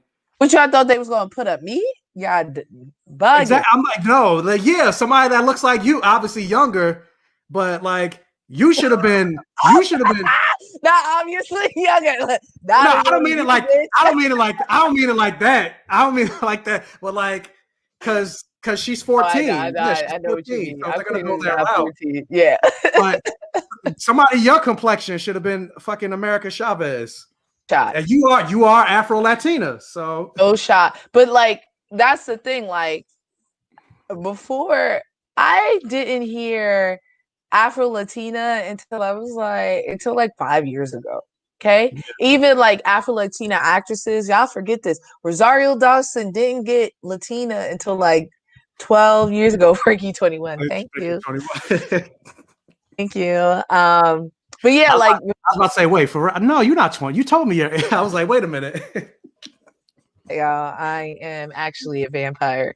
But yeah, like all these Afro Latinas were playing black characters, right? Gina Torres, even Zoe Saldana, all of them never were Latina until recently. So like this is a new space that we're looking into. And even these shows that I watch, Vita, anything with America Ferrera or Gina Rodriguez, they never have Afro Latinas in those shows. Never. Yeah. I mean, even like Telemundo. The closest you getting is America Ferrera. And she not even all that brown. But Al said we need Miles. Maybe Spider-Man 3 will give it to us, and him and Kamala could be BFFs. Honestly, I don't think they're gonna introduce Miles and Spider-Man 3. And honestly, I don't want it. Like, I want Peter to grow up and be older before they even talk about Miles Morales in the MCU. So we can get that mentor-mentee relationship. And Tom Holland's version of Miles Morales, I don't see him mentoring any motherfucking body. Like, he's still getting mentored himself. And honestly, like, I don't as much as I like Tom Holland's portrayal of Peter Parker, I don't like how they're writing him, because he's basically Iron Man Jr. Yeah, but that's what I mean. That's what I've been saying. Like, Marvel is doing whatever they feel like. You know, I think Tom Holland's Spider-Man movies are some of the best. Although I do want to make this statement here, y'all stop sleeping on my boy Tobey Maguire. Because when Spider-Man first came out, okay, y'all couldn't tell nobody that wasn't the hottest thing we've ever seen. We was losing it off of that. Like, now that we have comparable MCU stuff to compare it to, now we're like, oh, it's but when Spider-Man came out, we were all losing our minds over I was just about to say, but that's also because we ain't no better. We ain't know no better, but respect my boy. Respect my boy. The Terminator, if I look back at the Terminator and the graphics is so butt, they like putting gears on my man's face and just glue them there to show that he has machine. But that don't take away from how fire the Terminator is. You know what I mean? We just unforgiving as like, once we see something better, we want them to retroactively fix it, you know? But no, I definitely think Toby's gonna play like the Peter Benjamin Parker role, like kind of what Miles did in Spider-Verse, because this is basically what this movie is. And honestly, I think Toby's gonna die at the end of Spider-Man 3. I hope with the emo hair like this. Oh, his eye. Yeah, with the mask. His eye. I don't. Because I'm like, yeah, 3 Spider-Man. Yeah, one of them is gonna die, and I think it's gonna be Toby. Over Andrew, everybody hates Andrew. Yeah, no, I don't think people hate Andrew. I think people just hated his movies.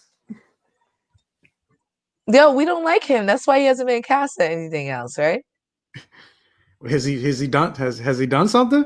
I don't know. I saw them tease him on BoJack Horseman. Does that count?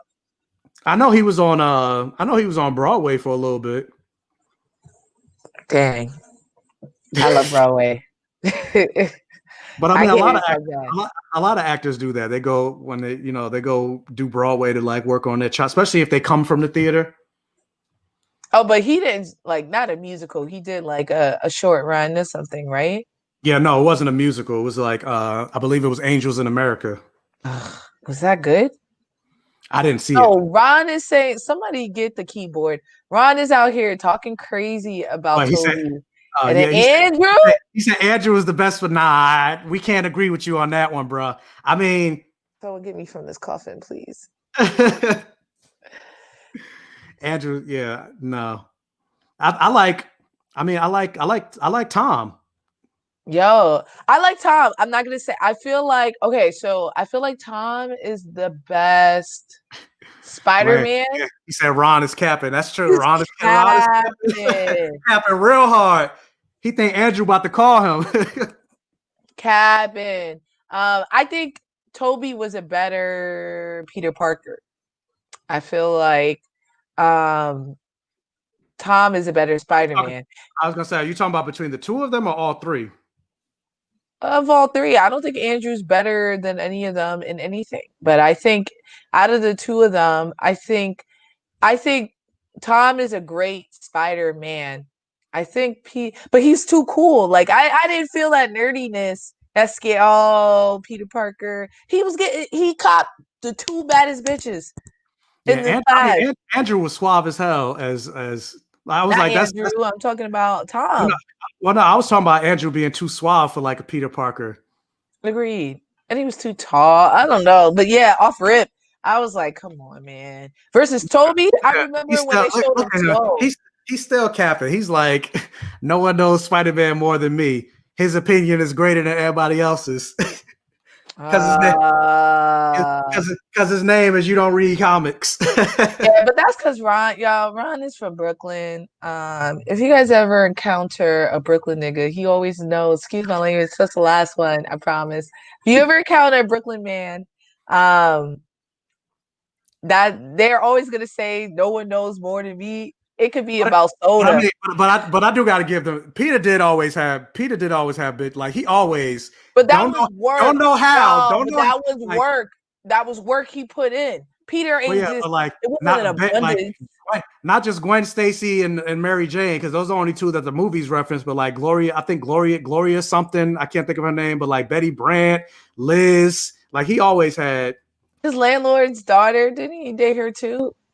I forgot her name. um that was in the Whatever. movies. Oh, he didn't date her in the movies. Whatever her Um name is. Felicia. but yeah, Damn. I forgot of Felicia, Black Cat. Which I always thought Felicia, I don't know what it was about her suit. I always thought was the sexiest. Would you? It had a lot of like other people, but like she was like Catwoman on steroid. I was like, yo, I can't believe they got her out in here with the cut right here. I don't know, but I felt like Peter got his because Peter worked for his. He had a game that was solid and it worked for him. I don't think he inherently was suave. I think he put in the work. Yeah, I mean, yeah, I agree. Did he say what he say? But yeah, Felicia in the cartoon she was fine too. Granted, I was checking for Peter, but Felicia was fine. Like you said, real life Pa's not being a nerd. Peter is an everyman. He was a poor man. He was more but he was poor, y'all. It's hard to date when you poor. Don't Apparently not for him though.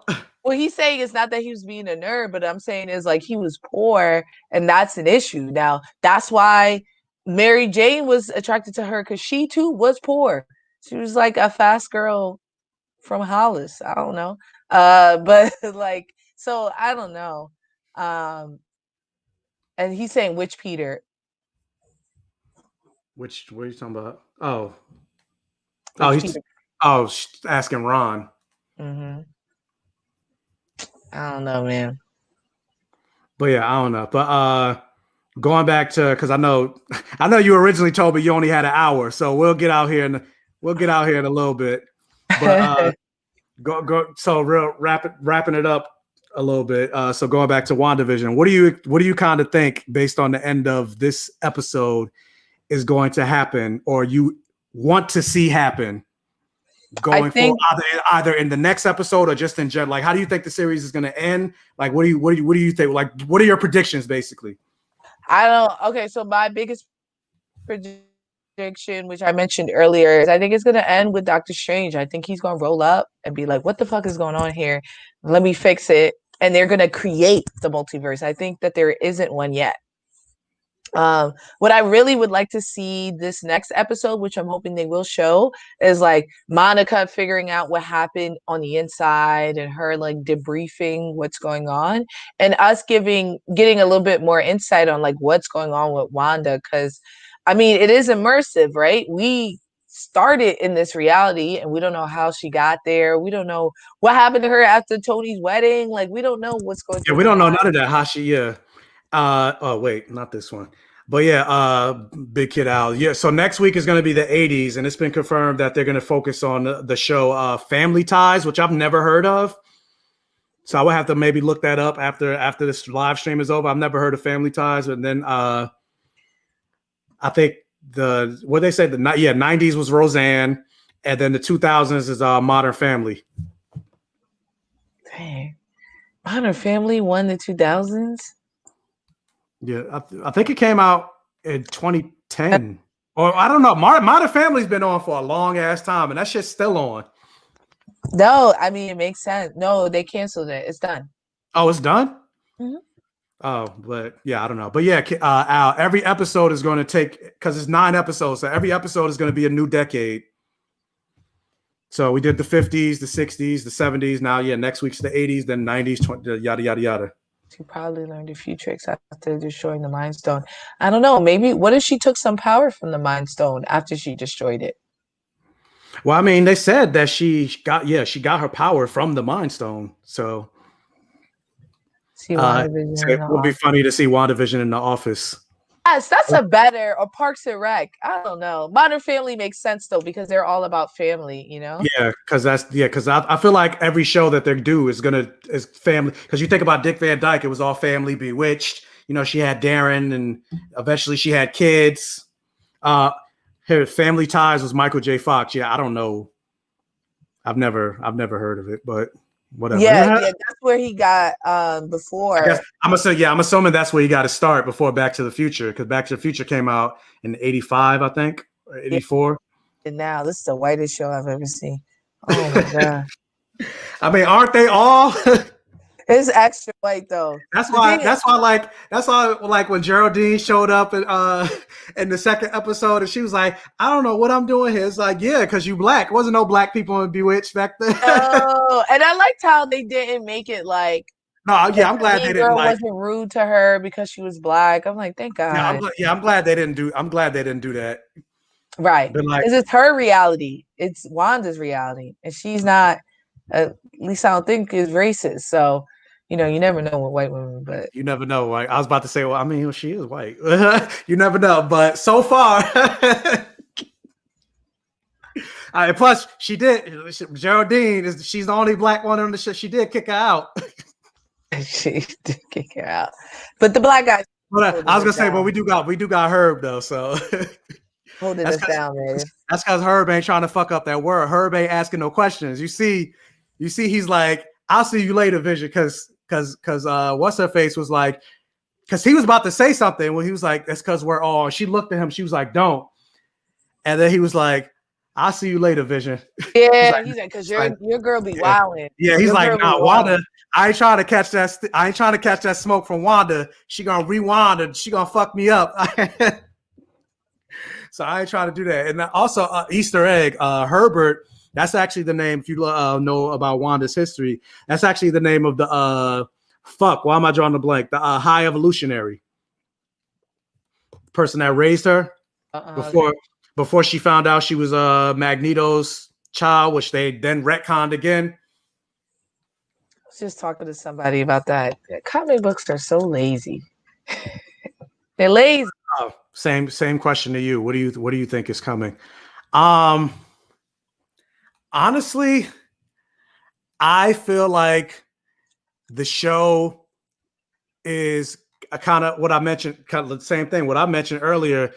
Yeah, like I feel like the show is gonna end with her, like like you said, like she creates the multiverse, or not creates the multiverse. I don't think she creates the multiverse. I think the multiverse is already there, but I think her altering and fucking up reality on this level is damaging the multiverse. And so they have to go and fix it, because if you remember Doctor Strange, like his whole, and this is the reason why I think the multiverse already exists, their whole thing about being sorcerers is protecting realities. And so I think the multiverse already exists, and so she's just fucking it up because she's doing things that she's not supposed to be doing, creating life and bringing kids and everything like that into the world, and it's causing ripple effects throughout the multiverse.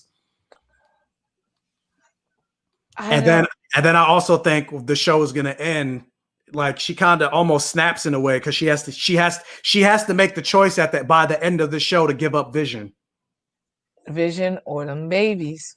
Yeah, Vision or both. Or both. Yeah, like the entire family. Because at the end of the day, I think she is still a hero. And once she finds out or is made aware that she's fucking up the world, she's gonna have to make that choice. Yeah, but she's a hero, but only just so. And she's been going through a lot of trauma.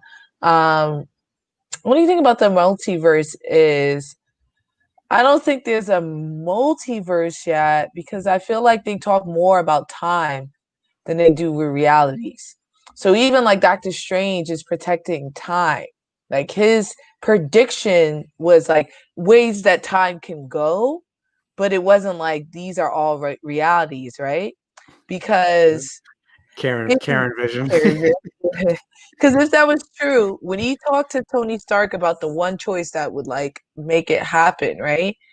I don't know. I just feel like Endgame and stuff wouldn't exist in the way that it would if there was a multiverse.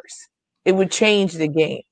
But remember, they said in Endgame that every decision that they make, or like even like if they go, because remember they were asking the question, and other people kind of mentioned it too. But remember they were asking the question like, why don't we just go back to the past when Thanos was a baby and kill him?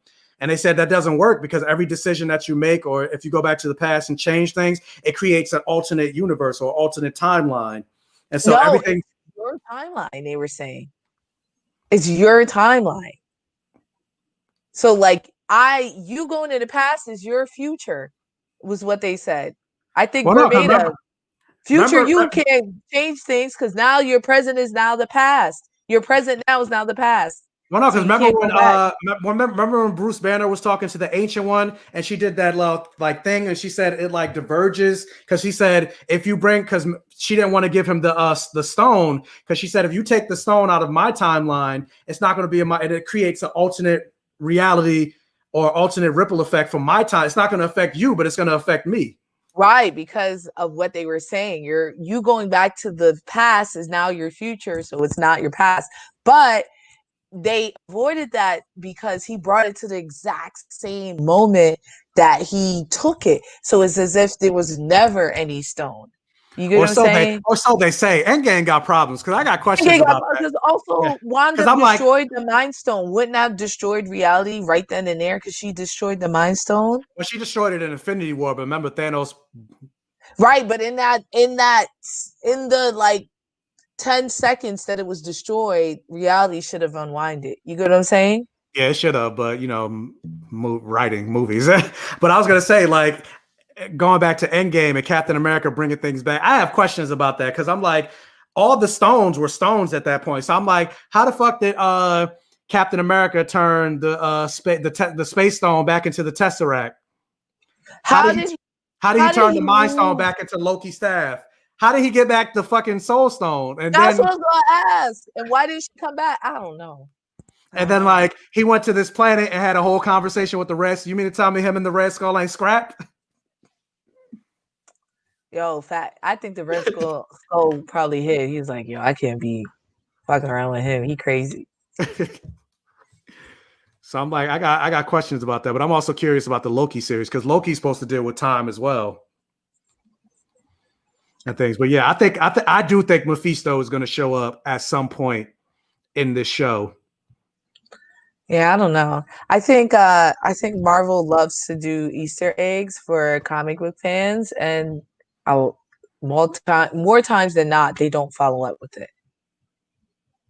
Yeah, they do. Because like we already mentioned, like the Budapest shit with Hawkeye and or Adam Warlock. That's a perfect. They set it up. I was like, how they gonna get this stone? It got to be him. Old girl in the gold was talking about it. I was hyped.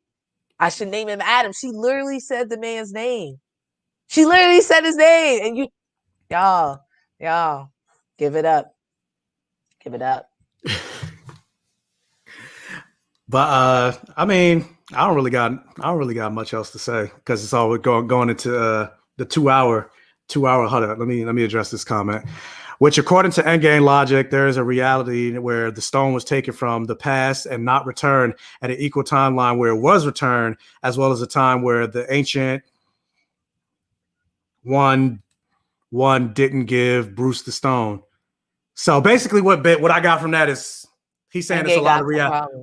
Yeah, it's a lot of realities. I don't know. We're gonna find out though. Yeah, we're gonna find out. So I'm excited. Well, we got today's Monday, so Tuesday, Wednesday, Thursday. So 4 more days. to the next episode of WandaVision. So yeah, I'm excited to see where it goes, and I'm excited to see more about, because like I said, I think we're gonna get more of the real world after this episode. So we're gonna find out more about Sword, and there was also, jumping real quick, there was also an Easter egg in the first episode where the WandaVision show ended. And so you saw the credits when the heart was going, and there was a name called Abe Brown.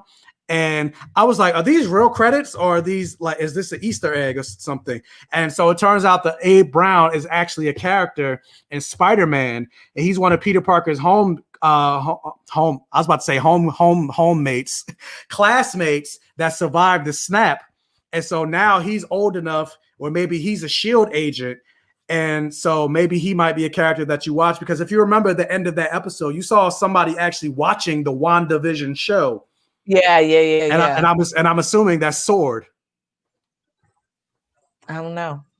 Yeah, I don't know, but yeah, we'll find out. None of us really know anything, but yeah, that's really all I got to say so far. But yeah, I appreciate you guys for joining us. And so before we go, Fantastic Frankey, tell the world where they can find you. Y'all can find me most places at Fantastic Frankey, except for Twitter. They won't let me be great, so you can find me there at Fanboy Fighter, or you can find me on my website, fanboyfighter.com. Some bookings and stuff like that. You know what I'm saying? And yeah, just look up Fantastic Frankey. My SEO is on point. Y'all find me. Yeah, that's pretty much what happened. That's what happened to me when I'm Black Gay Comic Geek pretty much everywhere except for Twitter, because it wasn't long, and I had to be Gay Comic Geek because it was, I guess, Black Gay Comic Geek was too long. The same with Blur Without Fear. Yeah, he had to be somebody else. Frankie throw gang signs. But yeah, thank you guys for joining me on this live. Make sure, if you haven't already, please hit the like button. Real quick, let me address this question real quick. Jovan Hudson, will you review Fate, the Wink Saga? Absolutely not, because that show is way too white. And I looked at the cast, and yeah, and I also asked people, is it good?